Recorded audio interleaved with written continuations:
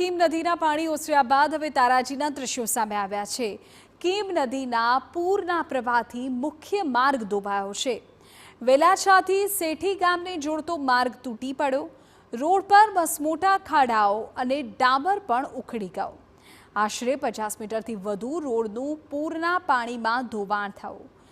મુખ્ય માર્ગ તૂટી જતા અનેક ગામોને હાલાકી પડી રહી છે। ડામર રોડ તૂટી પડતા વાહન ચાલકો પરેશાન છે। કીમ નદીના ઘોડાપુરે ઠેર ઠેર તારાજી સર્જી છે।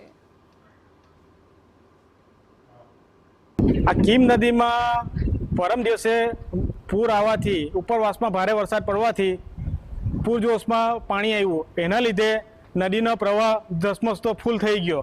એને લીધે પાણી આ રોડ પરથી સીધા ખેતરથી માંડીને ગામમાં પાણી ઘૂસી ગયા અને પાણીનો પ્રવાહ એટલો પૂરજોશથી હતો એના લીધે વેલાછા સેઠી મુખ્ય માર્ગ ધોવાઈ ગયો અને આના લીધે રસ્તામાં આવવા જવાની ઘણી બધી અવરજવર તકલીફ થઈ ગઈ છે।